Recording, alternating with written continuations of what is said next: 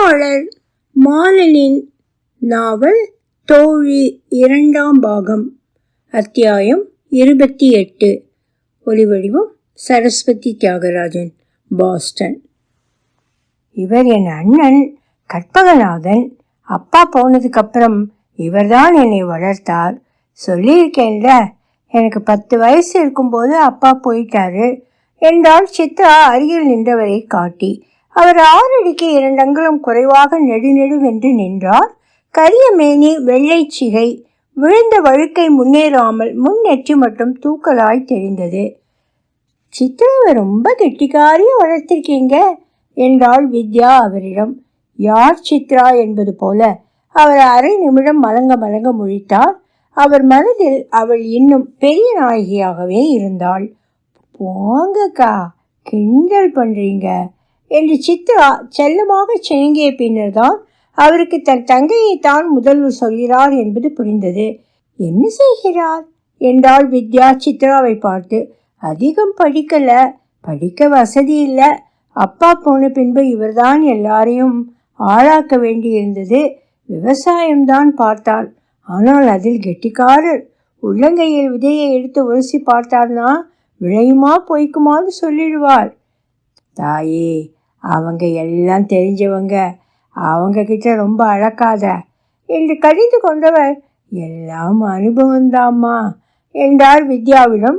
வித்யா முருவலித்தாள். விவசாயம் ஒன்றும் லேசுப்பட்ட விஷயம் இல்லை, அதில் அனுபவம் என்பது பெரிய அசட் என்றாள். அசட் என்றால் என்ன? தன்னை அசடன் என்கிறாரோ என்று சித்ராவை கண்ணில் கேள்வியோடு பார்த்தார் கற்பகநாதன். அசட் என்றால் சம்பத்து, செல்வம்.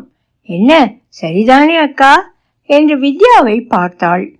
நீ இப்போ பெரிய முதலாளி, நீ சொன்னா தப்பா இருக்குமா? அக்கா இன்னைக்கு செம மூட்ல இருக்காங்க போல, என்ன வாரிக்கிட்டே இருக்காங்க. சித்ரா அண்ணன் உங்ககிட்ட ஒரு நல்ல செய்தி சொல்லணும்னு வந்திருக்காங்க என்று சாமிநாதன் வந்த வேலையை ஞாபகப்படுத்தினார். பொண்ணுக்கு கல்யாணம் பேசியிருக்கேன். அடுத்த வெள்ளிக்கிழமை கோயிலில் வச்சு பாக்கு வெத்தலை மாற்றி நிச்சயம் பண்ணலாம்னு நினச்சிருக்கேன். பெரிய நாயகியை நீங்கள் ஒரு வாரம் என்கிட்ட அனுப்பி வையுங்க. எனக்கு இந்த வரதட்சணை சீர்திருத்தியெல்லாம் அழுத்தமாக பேச வராது. அவள் வந்தால் அடித்து பேசுவா, பெரிய பக்கபலமாக இருக்கும். ஏண்டி, நீ அடிக்க வேலை செய்வியா என்றாள் வித்யா சித்ராவை பார்த்து.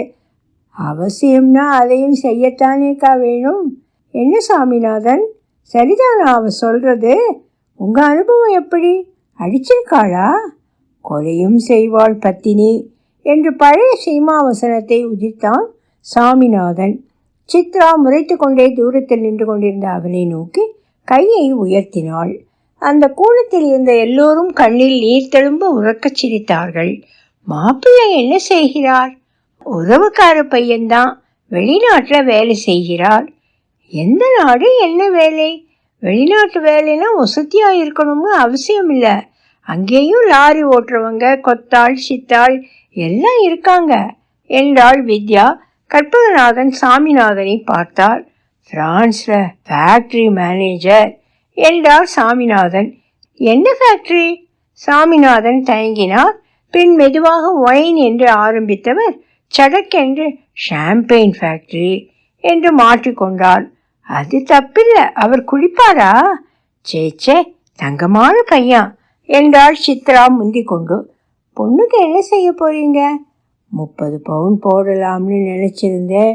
பையன் வெளிநாட்டில் இருக்கிறதால அவங்க அதிகமாக எதிர்பார்க்குறாங்க. அதனால தான் தங்கமான பையன்றாளா இவ என்று சித்ராவை கிண்டலடித்த வித்யா. அதிகமானா எவ்வளவு? 50 எதிர்பார்க்குறாங்க. பெரிய நாயகி வந்தால் 40க்கு பேசி முடிக்கலாம்னு தோணுது. 100 பவுன் போடுறோம்னு சொல்லுங்க.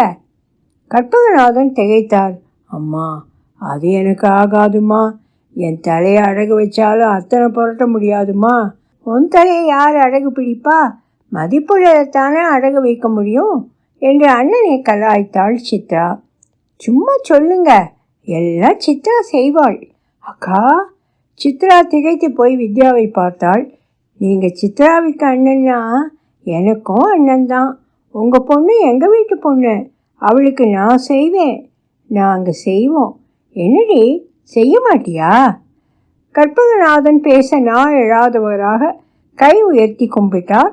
அதுவரை அவர் அருகில் நின்று கொண்டிருந்த அவர் மனைவி தமிழரசி சற்று முன்னே வந்து தடால் என்று வித்யா காலில் விழுந்தாள். அவள் காலில் விழுந்ததை வித்யா ரசித்த மாதிரி தோன்றியது. காலை நகர்த்தி கொள்ளவில்லை, தோளை பிடித்து எழுப்ப முயற்சிக்கவில்லை. அரசி எழுந்திரு என்று சித்ராதான் அவளை உலுக்கினாள். அண்ணியை பேர் சொல்லித்தான் கூப்பிடுறதா என்று சித்ராவை கடிந்து கொண்டாள் வித்யா. அண்ணன் கல்யாணத்துக்கு முன்னாலேயே அவங்க 2 பேரும் ஃப்ரெண்ட்ஸ். சித்ரா தான் அவளை அண்ணனுக்கே கட்டி வைத்தாள் என்றார் சாமிநாதன். தமிழரசி எழுந்து நீங்கள் தெய்வம் என்றாள் நான் தழுத்தழுக்க. வித்யா முருவரைத்தாள். இருக்கட்டும் இருக்கட்டும், அதுக்காக கல்லில் அடித்து கர்ப்பகிரக இருட்டில் கொண்டு போய் உட்கார்த்திடாதீங்க என்றாள். இவள் செஞ்சாலும் செய்வாள் என்றான் சாமிநாதன் சித்ராவை பார்த்து. மறுபடியும் அறையை சிரிப்பு நிறைத்தது. கல்யாணம் எங்க? ஊரில் சத்திரம் பார்த்திருக்கேன், தேதி நிச்சயமானதும் பேசி உறுதி பண்ணணும் என்றார் கற்பகநாதன். அவங்க கிட்ட கல்யாணம் மெட்ராஸ்லன்னு சொல்லுங்க. அம்மா, கற்பகநாதன் தயங்கினார். அங்காளி பங்காளின்னு எங்கள் சொந்தக்காரங்க பெரிய பட்டாளம். அக்கம் பக்கம் நகராமல் அந்த ஊர்லேயே ஆணி அடித்த மாதிரி 50 வருஷமாக இருந்துட்டேன் பாருங்க. அதனால் ஒரு குடுத்தனை விடாமல் ஊரில் எல்லோரும் பழக்கம். அவங்கள கூப்பிடாமல் இருக்க முடியாது. என்ன கற்பகம், நாங்கள் வர வேணாம்னு பட்டணத்தில் கொண்டு கல்யாணத்தை வைக்கிறியான்னு கிண்டலும் கேலியுமா பேசுவானுங்க. பெரிய நாயகி கல்யாணத்திலேயே 100 இலை விழுந்தது. இதில் அதுக்கு கூடுமே தவிர குறையாது. மாப்பிள்ளை வீடும் பெரிய குடும்பம், அங்கேயும் 100க்கு மேலே போகும். அதுவும் தவிர இங்கு எழுத்து செய்ய எனக்கு ஆள் வசதி கிடையாதம்மா. என்னால் வந்து போக முடியாது. அதென்ன அப்படி சொல்லிட்டீங்க? உங்களுக்கு இங்கே ஒரு ஆள் இருக்கிறாள். அவள் அப்படி ஒன்றும் பெரிய ஆள் கிடையாது. ஆனால் சொன்னதை செய்து காட்டுவாள். வித்யா யாரை சொல்கிறாள் என்று புரியாமல் கற்பகநாதன் சித்ராவை பார்த்தார். அதை பார்த்த வித்யா முருவலுடன் அவள் பெயர் வித்யா என்றாள். திகைத்து போனார் கற்பகநாதன். அண்ணா, மக்கள்னா புரியலையா உனக்கு? அக்கா தன் கையால் தாலி எடுத்து கொடுத்து கல்யாணத்தை நடத்தணும்னு நினைக்கிறார் போல என்றாள் சித்ரா. அவளை கை உயர்த்தி அடக்கினாள் வித்யா. அப்படியெல்லாம் எனக்கு ஆசை இல்லை. ஆனால் என்னால் ஒரு சுபகாரியம் நடக்க வேண்டும் என்று நினைக்கிறேன். நான் கல்யாணம் செய்து கொள்ளவில்லை. அக்கா தங்கை அண்ணன் தம்பி இல்லை. எனக்கு குழந்தைகள் குட்டிகளும் கிடையாது. என் வாழ்வில் பெரிதாய் மங்கள நிகழ்ச்சி எதுவும் நடந்துவிடவில்லை. நடத்தும் பாக்கியமும் இல்லை. அப்படி ஏதாவது நான் என் பொறுப்பில் எடுத்து நடத்த வேண்டும் என்று ஆசைப்படுகிறேன், அவ்வளவுதான் என்றாள். இதை சொல்லும்போது அவள் முகத்தில் உணர்ச்சிகள் கொந்தளித்தன. குரலில் ஒரு தீவிரம் துணித்தது. எனக்கு பாக்கியம் இல்லை என சொல்லும்போது குரல் கம்மிற்று உடைந்து விடுவாள் போல் தோன்றியது. அதுவரை கேலியும் சிரிப்புமாக இருந்த அறையில் ஒரு கனத்த மௌனம் நிலவியது. வெள்ளிக்குடம் பெருசு 7, சின்னது 8, எழுதிக்கிறீங்களா என்றாள் சித்ரா. குறிச்சுக்கிட்டு தான் இருக்கேன், நீ சொல்லு என்றார் எழுதி கொண்டிருந்த சாமிநாதன் தலை நிமிர்ந்து. வெள்ளித்தட்டு 75. இது நிஜமான வைரமா, அமெரிக்கன் டைமண்டா? தமிழரசி ஒரு ஆரத்தை எடுத்து கொண்டு வந்து காட்டினாள். கல்யாணத்துக்கு வந்திருந்த பரிசு பொருட்களை எல்லாம் பிரித்து கணவனும் மனைவியுமாக ஒவ்வொன்றாக கணக்கெடுத்து கொண்டிருந்தார்கள். முதல்வர் வீட்டு கல்யாணம் என்பதால் கட்சிக்காரர்களும் அரசியல்வாதிகளும் அதிகாரிகளும் தொழிலதிபர்களும் திரை நட்சத்திரங்களும் பரிசுகளாக கொண்டு வந்து குவித்திருந்தார்கள். அரசி, நகையெல்லாம் இப்போ வெளியே எடுக்காத, பத்தரை வர சொல்லியிருக்கேன். அவர் வரட்டும், உரசி எது எத்தனை மாத்தின்னு பார்த்துக்கலாம். கொடுத்தவன் தரமோ அதில் தெரிஞ்சு போகும் என்று சிரித்தான் சாமிநாதன். அதுக்கில்லடி இவளே, எல்லாத்தையும் சட்டு புட்டுன்னு பார்த்தா முடிச்சாதானே தேவலாம்.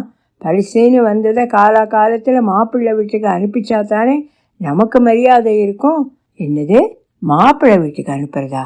ஒரு குண்டூசி வெளியே போகாது, எல்லாம் இங்கே தான் இருக்கும் என்றாள் சித்ரா. அவங்க கல்யாணத்துக்கு வந்ததடி, இருக்கட்டும், ஆனால் அவங்களுக்கு வந்ததா இது? அதுவும் தவிர அண்ணன் 30னாரு, அக்கா 108 பவுன் போட்டாங்க. அதுக்கு மேலே என்ன? அதென்ன 108? அனுமாருக்கு வடமாழை சாத்தின மாதிரி. அனுமார் தான் ஆளை பார்த்தீங்கள்ல, அண்ணன் தேடி பிடிச்சிட்டு வந்திருக்காரு. அவருக்கு இத்தனையும் கொடுக்கணுங்கிறா அரசி. நம்மளே வச்சுக்கலாங்கிறியா என்றாள் தமிழரசி மறுபடியும். ஆமாம், இப்பத்தானே சொன்னேன், காதில் விழலையா? உன் காதை நல்ல டாக்டரா பார்த்து காட்டு. மறுபடி சொல்கிறேன், நல்லா கேட்டுக்க. இது எல்லாம் இங்கே தான் இருக்கும், ஒரு துரும்பு வெளியே போகாது என்றாள் சித்ரா அழுத்தம் திருத்தமாக. அக்கா அக்கா நகையெல்லாம் போட்டுக்குவாங்களா? அவங்க கழுத்தில் சணல் கயிறு மாதிரி ஒரு சங்கிலியை தவிர வேற ஏது பார்க்கலையேனா? அவங்க போட்டுக்க மாட்டாங்க. ஆனால் இதெல்லாம் இங்கே இருக்கணும். அவங்க இப்படி அப்படி போகும்போது வரும்போது இந்த வெள்ளி பாத்திரங்கள் அவங்க கண்ணில் பட்டுக்கிட்டே இருக்கணும். நகைகள் ஞாபகத்தில் வந்து போகணும். அரண்மனை ராணிங்க காணாது கண்ட மாதிரி எல்லா நகையும் அன்றாடம் எடுத்து எடுத்து பூட்டிக்கிட்டு அலங்கார பூஷணியும் அறைய மாட்டாங்க. ஆனால் அப்பப்போ கஜானாவை திறந்து பார்த்து பூரிச்சு போவாங்க. நீ பேர்ல தான் அரசி, ஆனால் அவங்க தன்னை ராணின்னு நினச்சிக்கிட்டு இருக்காங்க. ஆளு அம்பு சேனை அரண்மனை நகை அதிகாரம் எல்லாம் இருக்கணும். அவங்களுக்கு இருந்துக்கிட்டே இருக்கணும். கூப்பிட்ட குரலுக்கு ஓடி வர ஒரு கூட்டம் இருக்கணும். ஏவின வேலையை செய்ய எழுபடிகள் வேண்டும். காலில் விழுந்தா கை தூக்கி விடுவாங்க. எதிர்த்து பேசினா தலையை சீவுவாங்க.